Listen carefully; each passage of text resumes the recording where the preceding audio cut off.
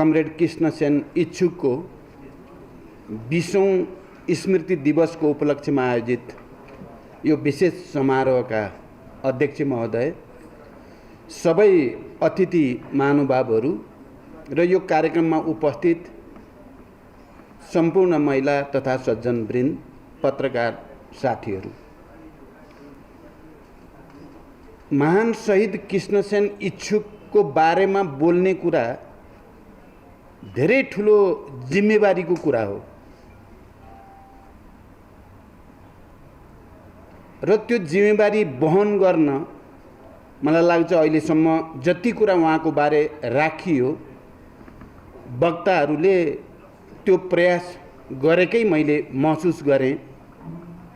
Comrade Krishnasen इच्छुक चाहिँ केही शब्दमा कैद गरेर उहाँको व्यक्तित्वलाई व्याख्या गर्न निकै ठुलो चुनौतीको कुरा पनि हो, सजिलो कुरा होइन।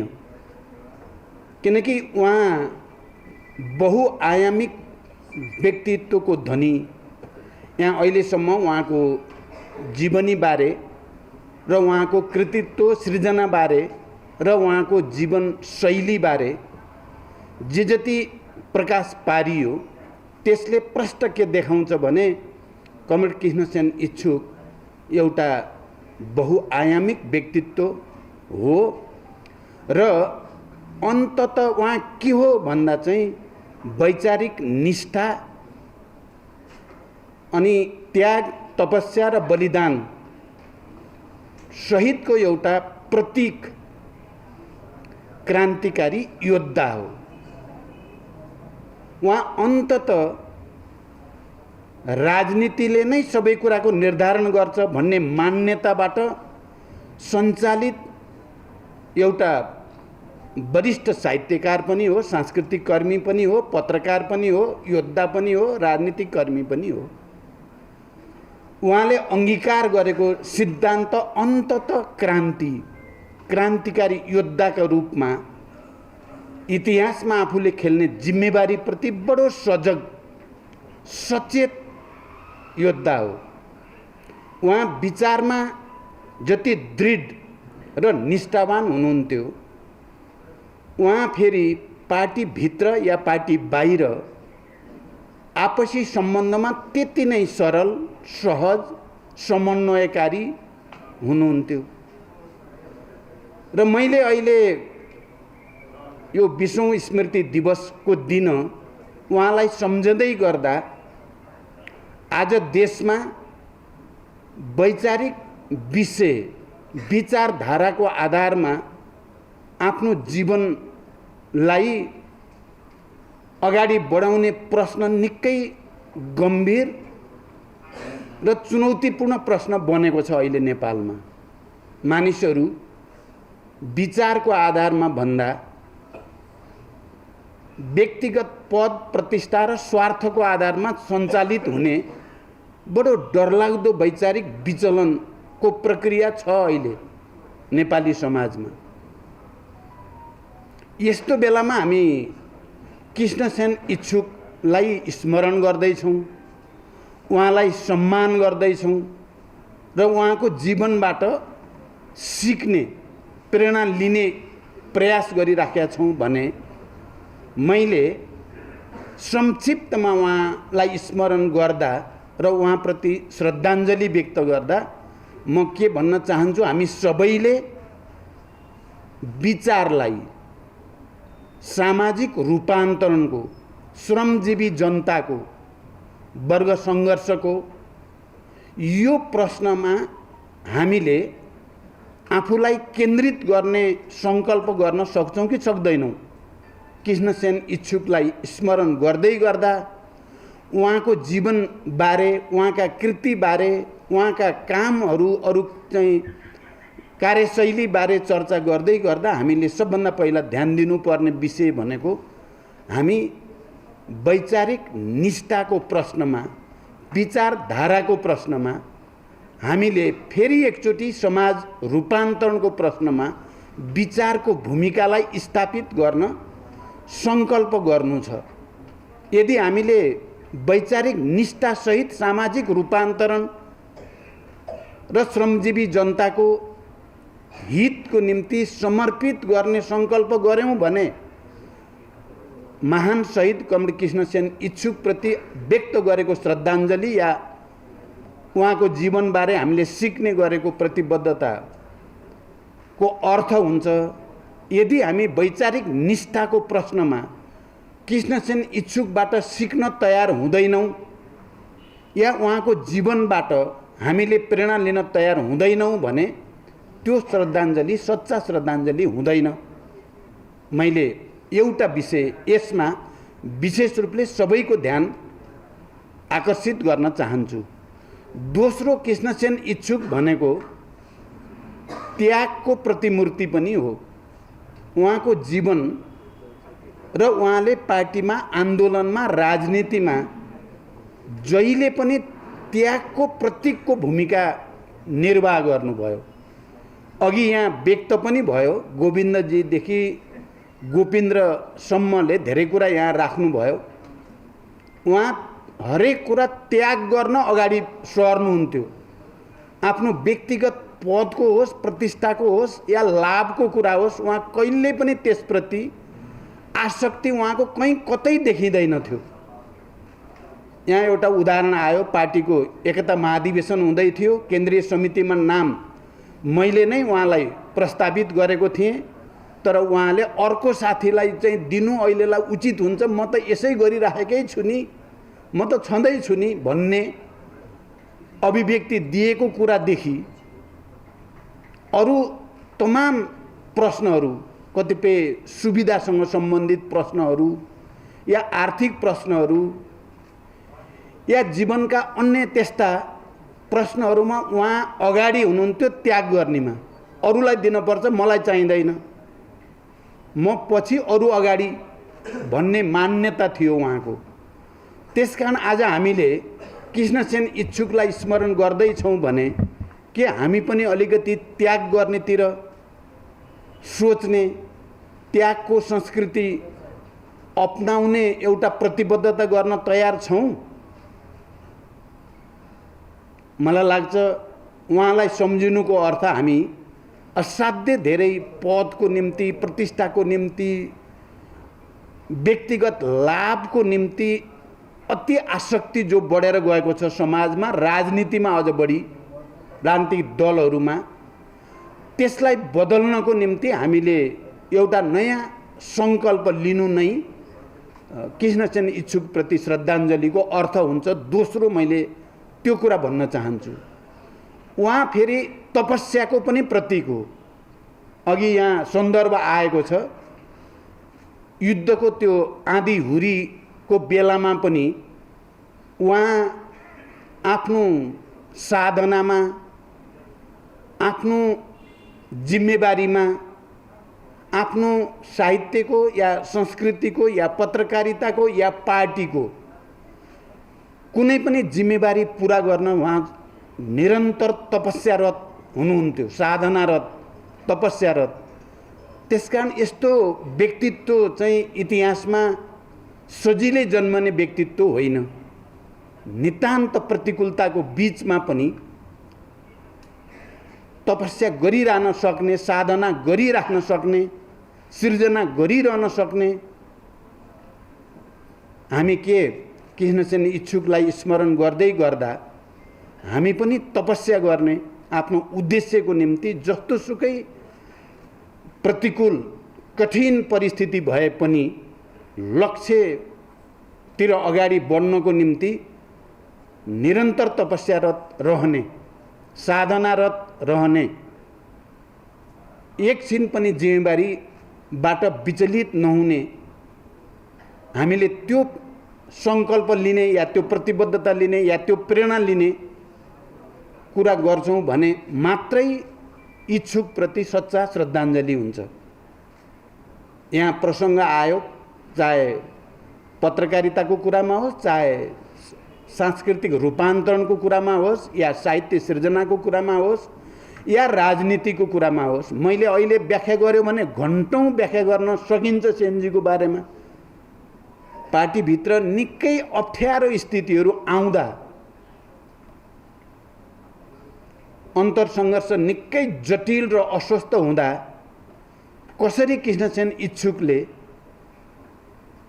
पार्टीलाई लिडरसिपलाई मद्दत भएको थियो भन्ने कुराको यति धेरै स्मरणहरू मेरो दिमागमा छन्। कुन बेला कहाँ भेट्दा उहाँले के भन्नुभयो, कुन परिस्थितिमा उहाँ क्रान्तिकारी लाइन र क्रान्तिकारी नेतृत्वप्रति बिना शर्त उहाँ कमिटेड, दायाँ बायाँ भन्ने थिएन। पछिल्लो पटक उहाँ गिरफ्तार हुनुभन्दा केही समय अगाडि मात्रै मेरो भूमिगत रूपमा उहाँसँग भेट भएको थियो। समग्र देशको राजनीतिक परिस्थितिबारे, देशको समग्र सांस्कृतिक आन्दोलनको बारेमा, पत्रकारिताको क्षेत्रदेखि पार्टीभित्र चलिरहेका बहसहरूको बारेमा गम्भीर रूपले झन्डै 3 घण्टा पछिल्लो मेरो भेट उहाँसँग भएको थियो र उहाँले जो सुझावहरू दिनुहुन्थ्यो, उहाँ हुन त पार्टीको लिडरसिपको हैसियतले त उहाँ माथिल्लो ओहदामा हुनुहुन्थेन, तर कृष्णसेनको अगाडि बस्दा म त्यति बेला अध्यक्ष नै थिएँ, तर उहाँको अगाडि बस्दा चाहिँ अलि ठुलै व्यक्तित्वको अगाडि बडो अदबको साथ बस्नु पर्थ्यो उहाँसँग। उहाँको व्यक्तित्वले खिच्थ्यो। जोसुकै त्यो पोलिट ब्युरो होस् या स्थायी समिति होस्, महामन्त्री होस्, जुनसुकै पदमा भए पनि कृष्णसेन इच्छुकले कुरा गर्न थालेपछि र उहाँको विषयहरूलाई चाहिँ हामीले ठुलै नेताको कुरा सुनिँदैछ भने जस्तो गरी बडो ध्यानपूर्वक सुन्न पर्थ्यो। सुन्ने जाँगर पनि आउँथ्यो, रुचि आउँथ्यो। र त्यति बेला उहाँले पार्टीमा चलिरहेको बहसका सन्दर्भमा, जनयुद्धको परिस्थितिका सन्दर्भमा, सङ्गठनभित्रका तमाम जटिलताको बारेमा बडो सरल सहज ढङ्गले मलाई सुझावहरू दिनुभयो, टिप्पणीहरू गर्नुभयो र त्यसले मलाई तुरुन्तै केन्द्रीय समितिको बैठक थियो, त्यो केन्द्रीय समितिको बैठकलाई निकै सहज बनाइदियो। यस्ता धेरै स्मरणहरू छन्। उहाँ जेल पर्ने, छुट्ने, छुटेपछि चाहिँ हामी लिडरसिपका सबै टिमहरू नै सँगै बसेर कृष्णसेन इच्छुकलाई स्वागत गर्ने, सम्मान गर्ने, यस्ता तमाम कार्यक्रमहरूका स्मृतिहरू पनि अहिले पनि ताजा नै छन्। त्यसकारण उहाँ तपस्याको, साधनाको, निरन्तरताको त्यहाँ कुनै कन्फ्युजन उहाँकोमा थिएन। त्यसकारण उहाँलाई हामीले सम्मान गर्ने, श्रद्धा गर्ने भनेको यो गुणबाट सिक्ने भनेको पनि हो।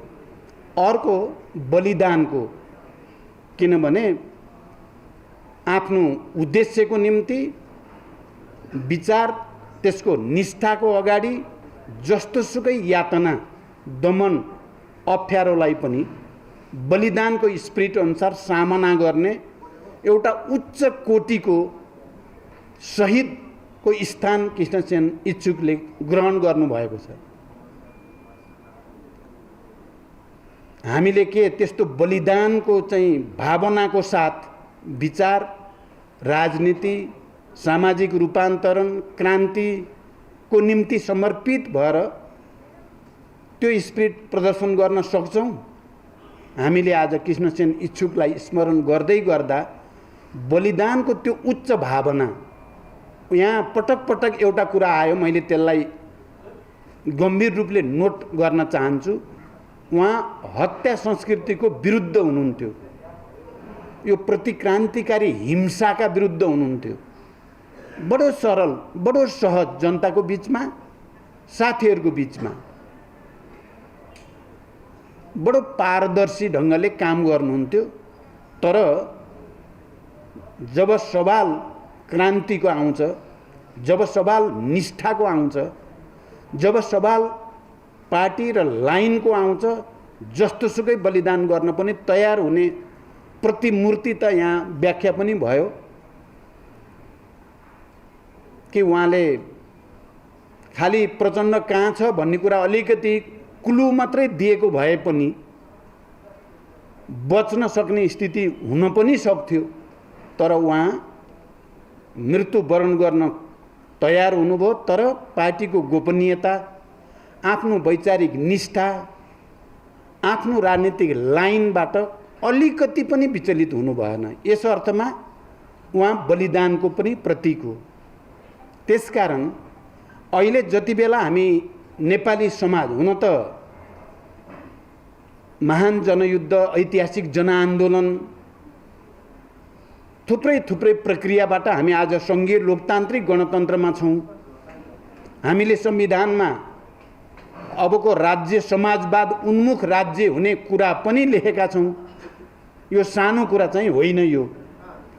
यो कमरेड कृष्णसेन इच्छुक जस्ताको निष्ठा, त्याग, तपस्या र बलिदानको कीर्तिमान कायम नभएको भए हामी अहिले समाजवाद उन्मुख राज्य बनाउने संवैधानिक व्यवस्था, सङ्घीय लोकतान्त्रिक गणतन्त्र, समावेशी समानुपातिक, हिजो राज्यद्वारा सबभन्दा बढी विभेदमा पारिएका, अपमानमा राखिएका वर्ग, जाति, क्षेत्र, लिङ्ग, समुदाय सबै नै अहिले कुनै न कुनै रूपमा आफ्ना आवाजहरू मुखरित गर्ने ठाउँमा आइपुगेको स्थिति छ। राज्यको कुनै न कुनै अङ्गमा प्रतिनिधित्व गर्ने ठाउँमा आइपुगेको त छ, तर कृष्णसेन जस्ता महान शहीदहरूले जे सपना देखेको त्यो अझै पुरा भएको छैन। हामी अझै अगाडि जानु छ। समाजवाद स्थापनाको निम्ति सामाजिक रूपान्तरणको एउटा नयाँ अभियानको आवश्यकता छ र यो 21औं शताब्दीको विश्वमा जहाँ वित्तीय एकाधिकार पुँजीवादको हैकम विश्वव्यापी रूपमा छ, जहाँ क्रान्तिको एउटा प्रक्रिया समापन भएर एउटा अर्को नयाँ प्रक्रियाको सुरुवात गर्नुपर्ने बिन्दुमा छ विश्व अहिले। यस्तो बेलामा हामीले विचारको दृष्टिले पनि, रणनीतिक कार्यनीतिको दृष्टिले पनि, सङ्गठन र त्यसको आचरणको दृष्टिले पनि एउटा नयाँ अभियानको थालनी गर्नु छ, एउटा नयाँ अनुसन्धान गर्नु छ, एउटा नयाँ आविष्कार गर्नुपर्ने आवश्यकता छ। अहिले यसमा निकै ठुलो विभ्रम छ। म देशका सबै बुद्धिजीवीहरू, सबै साहित्यकार, सांस्कृतिक कर्मीहरू, सबै राजनीतिक नेता कार्यकर्ताहरू, सबै पत्रकार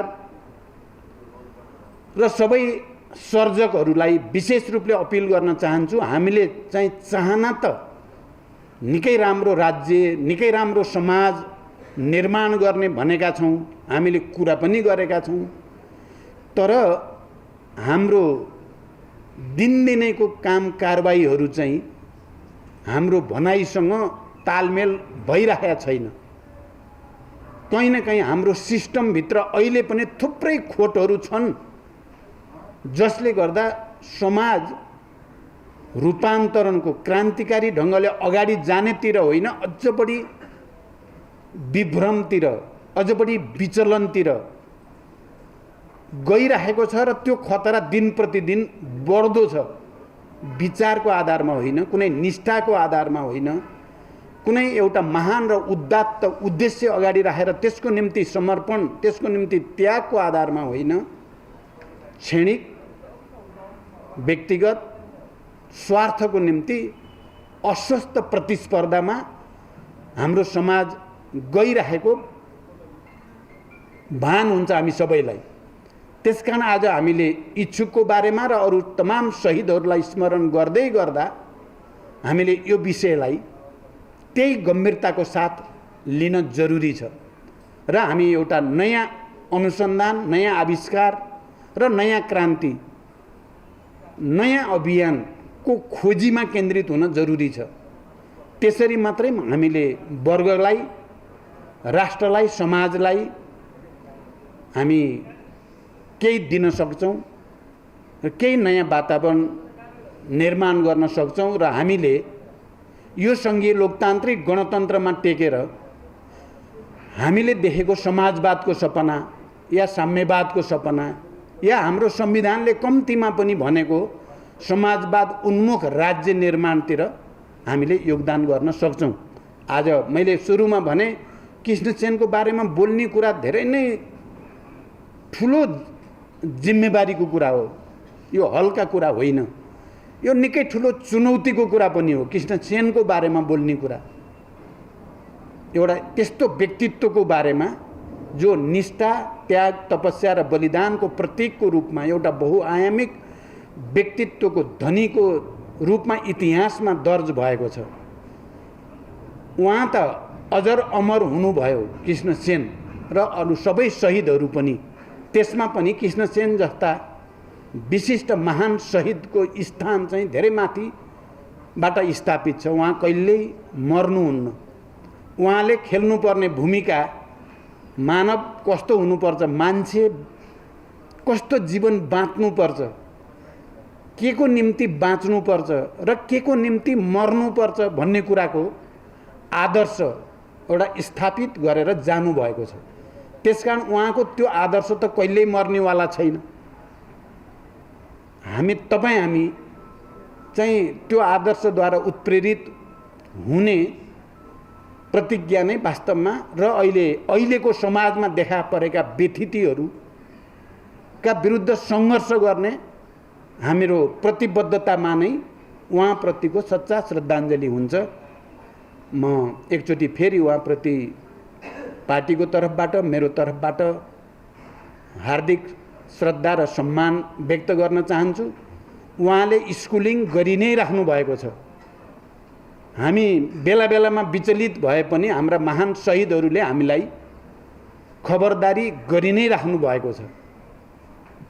हामीले वर्षेनी उहाँलाई सम्झिने मात्रै कुरा होइन, हामी हरेक दिन यस्ता महान शहीदहरूलाई स्मरण गर्दा हामीले कहीँ न कहीँ एउटा उत्प्रेरणा, एउटा खबरदारी र जीवनलाई उद्देश्यमूलक ढङ्गले बिताउने, मृत्युलाई पनि उद्देश्यमूलक ढङ्गले सामना गर्ने आदर्श उहाँहरूले सिकाइ नै राख्नु भएको छ।